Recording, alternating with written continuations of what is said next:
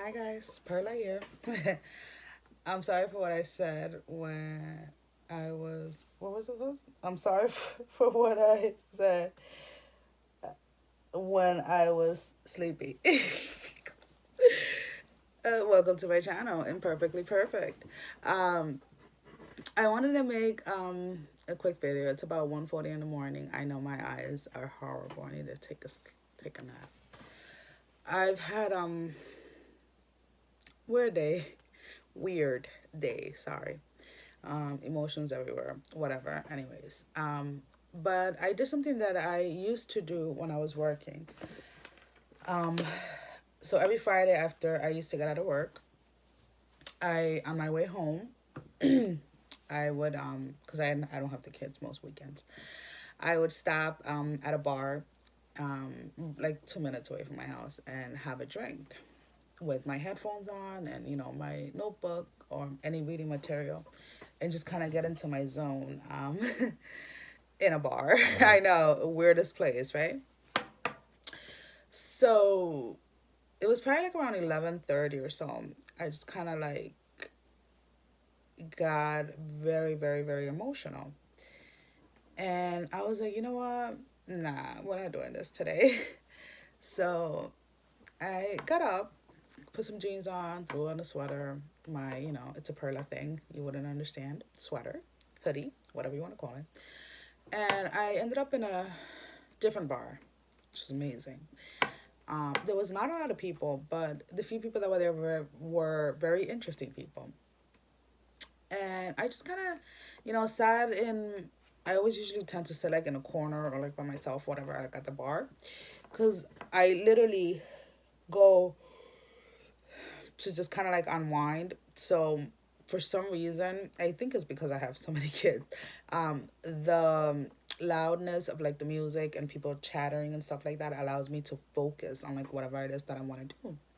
So I was doing some writing, and the bartender was she was such a sweet little girl.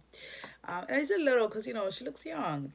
And we were talking and stuff, and she was telling me where, like, she's going to school and all this stuff, and we were just chit chatting. And then, like, I was there till closing time. Well, I'm a Naugatuck, so everything closes like at 1 in the morning. So I ended up talking to the owner.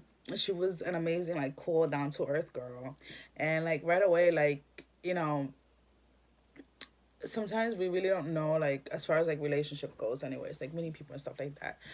um it's very hard sometimes to connect to people, but it was really, really cool to like just get out and just meet people and talk about things like in life other than like drama and like emotions and stuff. And and the owner was telling me, like, she holds a lot of fundraisers for different things. Like, they're having one coming up for domestic violence next Saturday. So I was like, oh my god, that sounds so awesome. And then she's planning one like in the summer for like to help like excuse me, like animal shelters and stuff like that. So I thought that was awesome too. But anyways, this video is supposed to be about relationships. I've been scrolling a lot through the Facebook channel. I think of the Facebook channel. Oh my god, I am exhausted. But I need to get it out, because if I don't get it out today, like, then I'm gonna lose whatever I'm trying to say. And I don't feel like writing right now because I did a lot of that earlier. Um, I wanted to make a video about relationships. So I see a lot of postings on Facebook. I belong to a private group for people with narcolepsy. And some of them are like really nice and sweet, like, oh my god, I just got engaged. I never thought I was gonna find somebody like, that was gonna understand me and all of this stuff. And it's like, oh my god, woo. And then some of them are like more depressing, like, so and so just left me, and what am I gonna do? And they're saying that I'm lazy, and that I'm this, and I'm that. And then you have posts from people that are married that you know spouses are complaining. And you know it it hits home in a way, even though I'm single. But it still hits home, because when you really think about it, like, narcolepsy is a it doesn't affect just the person who has it. It also affects the family dynamic, because when when you have narcolepsy, and when you are, how can I put it? I don't want to say impaired because I don't really like that word. But when you're not able to work to your fullest potential, when you're not able to do the things that you want to do, it affects everything and everyone around you. So when I say it affects the entire family dynamic, it's like, okay, so if your husband or your wife has narcolepsy, and either one, you have to try to get them up to get to work, or you have to drive them to and from work, because a lot of people with narcolepsy actually don't drive. I'm lucky that I'm still able to drive. I do have restrictions and stuff like that, but anyways, then you have the ones that cannot work, that cannot, we have them from like all, the entire spectrum. You have people like me that survive on 1 or 2 hour naps every couple of hours, and then you have people that are sleeping 16, 17, 20 hours plus a day. So it really affects relationships. And it is sad because it's like, yeah, we are struggling with our narcolepsy. We are struggling with what we're dealing with, and how we sometimes feel like failures, and sometimes we feel like, like, I wish I could do this. And then when we tend to have partners, they're struggling with not being able to understand to a certain extent as what we're going through. And then sometimes that brings conflict in relationships where, it really does break my heart when I feel like, people are saying like, oh my God, so and so is so lazy, they don't want to do anything. Like, yeah, okay, it's a support group, and I get it, and there's thousands of people in the support group, but you cannot compare one person with narcolepsy with another, because none of us have it to the same degree. None of us react the same way to medication. None of us react the same way to many things. So it is like, it's sad in a way, because I know that a lot of people choose to stay by themselves because they feel that, one, they don't want to be a burden to somebody else. Two, they physically cannot afford the emotional involvement that comes with relationships, because when you're in a relationship, like a romantic relationship with somebody, whether it's healthy or not, there's always going to be issues, there's always going to be disagreements, you're always going to end up saying something that is going to hurt the other person. And I'm not saying that you're doing it intentionally, but it does happen. So emotions affect people with narcolepsy like on a whole nother level. Like, different emotions can cause cataplexy. Different emotions can cause a lot of things. So, in a way, like, I kind of like, I like to read like the positive stories where people are like, oh my God, I found the perfect man, I found the perfect woman. And, or like reading the stories of like people that are in relationships with people with narcolepsy, like, oh my God, I don't know what to do, like, she wants me to leave her, and I love her, and I don't care if she has narcolepsy, and I need to get this through her head, and I'm here for her. And like, we are, like I've said before, like in many of my other videos, like, we all have issues, we all have something going on. But it is hard for someone with narcolepsy to be in a relationship, because um, depending on your background and depending how early you were diagnosed, it's really hard to kind of let your guard down. Because when you let your guard down and you talk about the things that we hide in on a day-to-day basis from people, um, and you're open and you're vulnerable to somebody, then that person can use that against you. And that just kind of brings you down to like a different level.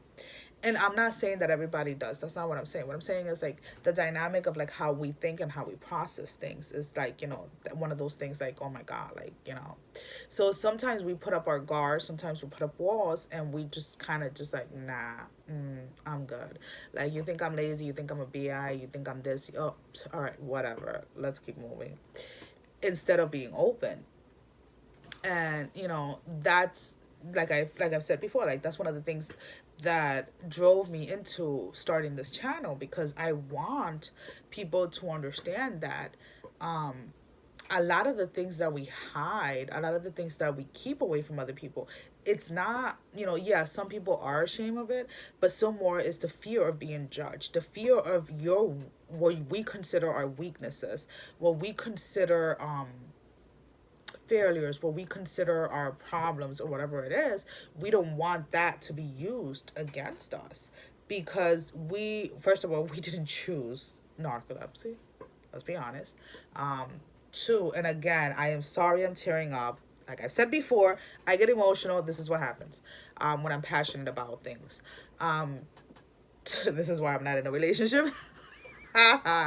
Anyways, but I've had my some of my symptoms used against me. And I'm not talking just like in a romantic relationship. I'm talking about like in relationships in general. And when they have been used against me, I have to take like a step back and be like, whoa, really? Like, you're gonna sink that low? Like, okay. And then just move past it. But a lot of people have a hard time accepting who they are and accepting everything that comes with like them as a person, and they're not so easy to just be like, oh, okay, keep moving.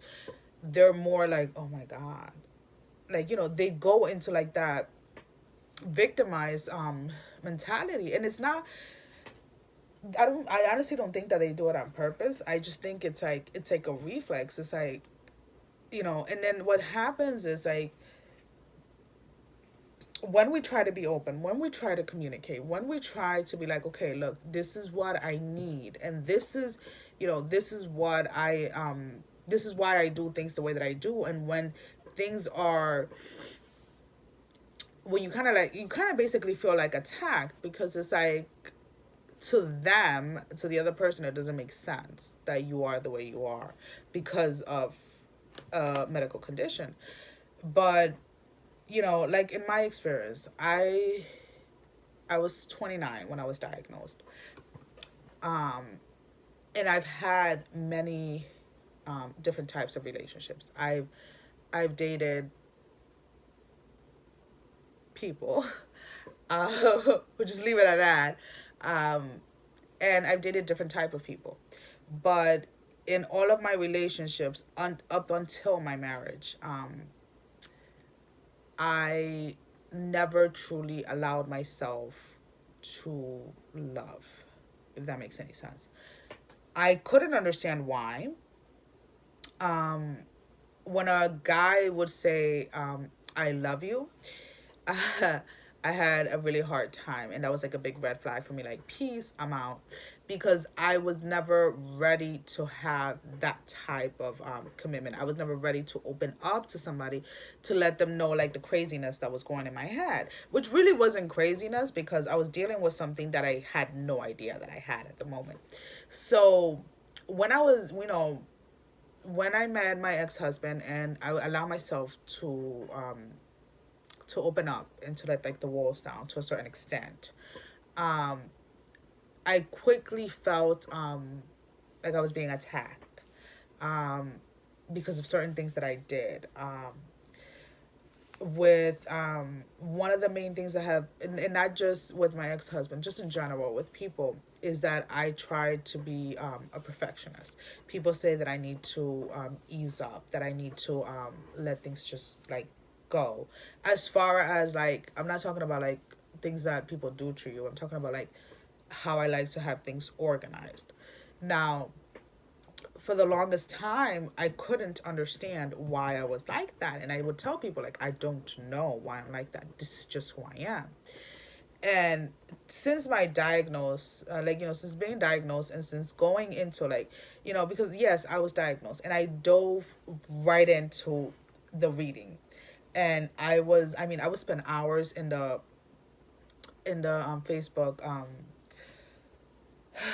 the Facebook support group, and I was told that I was being obsessive with it. And to somebody on the outside, I can see how that can be, but it to me it wasn't that I was obsessed with it as much as I wanted to learn what people had gone through at different stages of their life, how people were coping with different things. Because when it comes to learning, when it comes to knowledge, when it comes to like wanting to get to the bottom of things, I crave that. I'm not gonna lie. Like, if you tell me like, okay, I have a water bottle, this is blue, and I'm like looking at it, I'm like, no, this shit is great. Like, the water is clear, and you're telling me no, it's blue and it's written here. I'm gonna read as much material as I can, and I'm gonna research and research and research until I get to a point where oh, I get it. So sorry guys. So that was kind of like what I was doing, but to the outside world, to everybody else, it was like I was being obsessive. But I just wanted to see if part of my personality, if part of how I interacted with people, if part of how I did things on a day-to-day basis had anything to do with the narcolepsy, or was just like just plain crazy, simple crazy. Um, and one of the things that I learned was during therapy, I was talking to my therapist and we were talking, and she goes like, well, why can't you just let it go? Like, why can't you just, be okay with people putting, the spoons or the plates in the wrong place?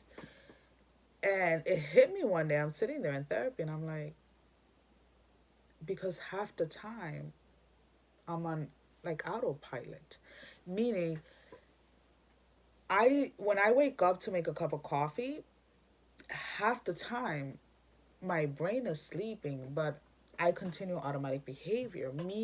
Which means that if I am on automatic behavior, my body is working, like my brain is working from a sense of like what it knows. So I know where the coffee is, I know where the filters are, I know where everything is.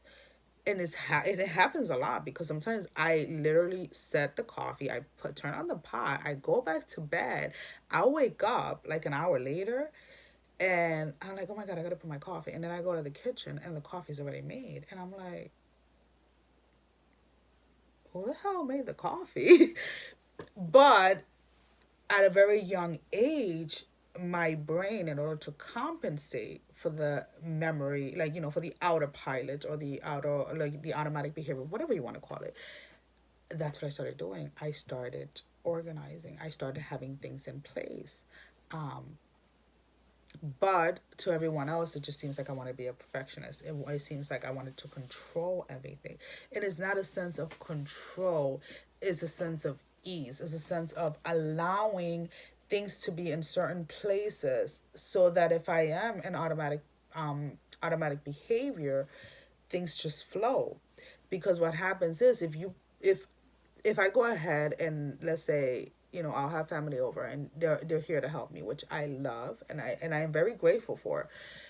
But if they put stuff in different places and then I don't wake up, I wake up, let's put it this way, wake up and I'm on automatic behavior and I go to make coffee, half the time I'm missing something. And it's not pretty because then I tend to kind of wake up because I'm either burning myself or there's like a mess and I feel like stuff like all over me, which is what's happened before. But like I said before, I didn't know that about myself. So kind of like, took some time to figure it out. So I honestly feel like, okay, if you have narcolepsy and you're single or you're in a relationship that's kind of like, ugh, or you're on the brink of breaking up or somebody just broke up with you because of your narcolepsy, do not blame yourself. The only advice that I can really give you is what I did, which was I went within and I looked at how I am, how I react to things, and I I try to understand why. And I've decided that when I decide to start dating again and when I decide, that I'm ready for that, to add that stressor to my life, because it is a stressor, one of the main things that I'm going to do is I'm going to be completely honest. Look, this is what it is. This is how my life is structured. And you always have to have your list on the things that you are not willing to compromise on and the things that you are willing to compromise on. And I don't think that there's anything wrong with that. You know what you want, you know what you deserve, and you shouldn't settle for anything less than that. So that's where I'm at with that. So I would just say, like, look into yourself and look at to why you do the things you do. And then if you are with somebody that you truly love and you feel like they truly love you, then just be honest and just be like, look, we seriously need to sit down and we need to talk, and this is what's going on, and this is why I am the way that I am, and this is why these are the things that are happening. What can we do to make this work, or to make this area of my life work, or whatever it is? And I honestly feel like if you have two people that truly love each other and that truly want to work in a relationship, they would find a balance into making something work. If he or she just be like, ugh, too much work, then you know what? You gently go ahead and you hold the door open and say, bye-bye. Because just because they don't have narcolepsy doesn't make them any better than you. And you should not, they should not make you feel like what you're asking for is too much, because it's not. You did not ask to have narcolepsy. It is something that you have, and it's okay. Because a person that, let's say if you're dating somebody and they end up having cancer or a terminal illness, they're not going to go ahead and say, oh, well, that's your problem. Your chemo is going to get in the way of my life. Are you freaking kidding me? You're not going to go ahead and say that to somebody. So why will you go ahead and tell somebody with narcolepsy, oh, your narcolepsy is getting in the way of my life? All right, then. So you can go right ahead. There's the door. I'll hold it open for you, my love. And I mean, it's not that I'm trying to be cocky. It's not that I'm trying to think that the last thing I was told was that I think I'm high and mighty. No, I don't think I'm high and mighty. I know who I am and I know what I deserve, and I'm just not settling. And that's just it. Simple. Now, if you, I need to stop. And I do apologize for the long video. And if you are somebody that is with somebody that has narcolepsy and you really love this person and you really want to make it work, then put in the work. Do your research, because yes, they're going to tell you as much as they're comfortable telling you. But there are still things that they're going to be too embarrassed to tell you. So you being proactive and looking and researching, one, will definitely help the relationship, because that would allow them to see that you do want this relationship to work. You do care about them, versus waiting for them to tell you everything. I mean, every situation is different. Obviously, every person is different, everybody experiences it different, yes, but there's also basic guidelines, there's basic information that you can get out there and that you can educate yourself so that you are better to understand and deal with your partner when they have narcolepsy. And that's just simple like that. I tell my kids all the time, Purple and Red, that they are very lucky. And no, those are not their names. I don't know if you've seen the other videos. I have nicknames. They do not want their names disclosed at the moment. That they are lucky that they found out that they have it. They found it out young. I wish I would have found out when I was 4, when I first remembered, my first sleep paralysis, because that would have given me that would have helped a lot with my self-esteem, and it would have helped a lot with my self-confidence and with relationships in general. But anyways, I just kind of like feel we just have to kind of like take a step back and look at the whole picture. Sometimes we are so stuck in what's in front of us that we don't see beyond that. And, with everything that's going on in the world, and everybody's like, oh, live in the moment, live in the moment, live in the moment. Yes, you do have to live in the moment. But you also have to look at the bigger picture. I don't, people say, oh, failed relationships here, failed relationships there. You know what? Nothing is really failed. I don't think that anything is a failure. I believe that everything is lessons learned. And the way that I look at it, it's not so much learning about the other person, it's more learning about yourself. Because through heartbreak, through breakups, through trials, tribulations, through all of those type of things, that is when you really find your strength. That's when you really find out like who you are, what you're willing to settle for, and what you're really like, what you're not willing to settle for, and what you want out of a relationship, and what you expect. And then you start to realize that sometimes, even though people tell you that you expect too much, um okay, maybe it's too much for you, but it's not going to be too much for the right person.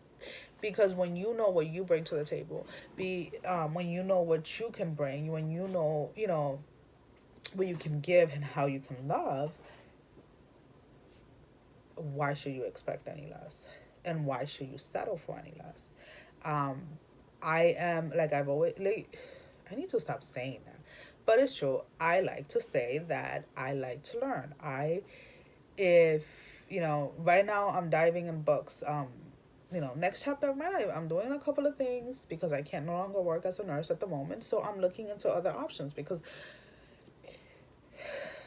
this is not for me, this life, like, not working. But, it's like that with everything. So, I mean, they say that love overcomes everything. So, if a person is, if you don't have narcolepsy and you're dating somebody or married to somebody and you're not willing to see it through, or you see their narcolepsy as a burden, maybe you, even though it's going to hurt them and even though it's going to hurt you, you should be the bigger person and just be like, you know what, this isn't for me. And the same as a person with narcolepsy, like, you know, just because a person cannot handle what you're going through and because it's a burden to them, don't allow yourself to get into that place where you feel like you are a burden. You are not a burden. The burden is the narcolepsy, and it's okay, because that is not who you are. It's something that you have.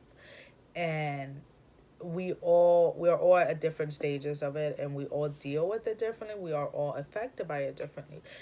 And it may take some time for you to learn to deal with it. I mean, I'm still here, trying different things. Even though I'm gonna die one of these days, one of these reactions, and I'm just saying, like, you just gotta laugh. I was reading a book. What was it called? It was something about something journey. I don't remember what it was. But the author says, she said, no, it was a he. He said, I'm a professional laughter. And, like, that got me thinking. I'm like, oh my God, I'm constantly, like, smiling through, like, the pain, and I'm constantly smiling through, like, the anger and everything else. And it's not because I want to be fake. It's just I don't want to stay in that, like, ugh, I'm angry. Oh my God, I'm so sad.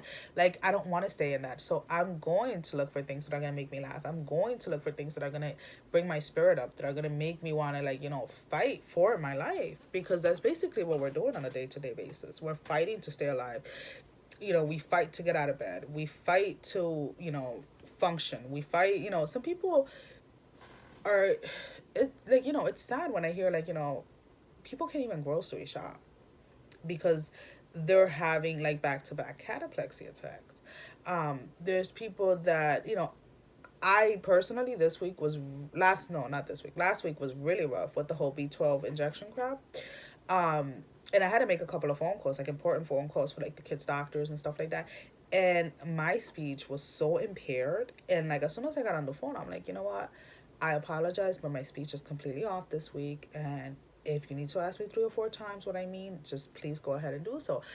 And it's not because I'm ashamed or I'm like, no, it's just I'm being honest. And then this way, there's no miscommunication. The person on the other side doesn't get frustrated. I don't get frustrated. There's no insults. There's nothing.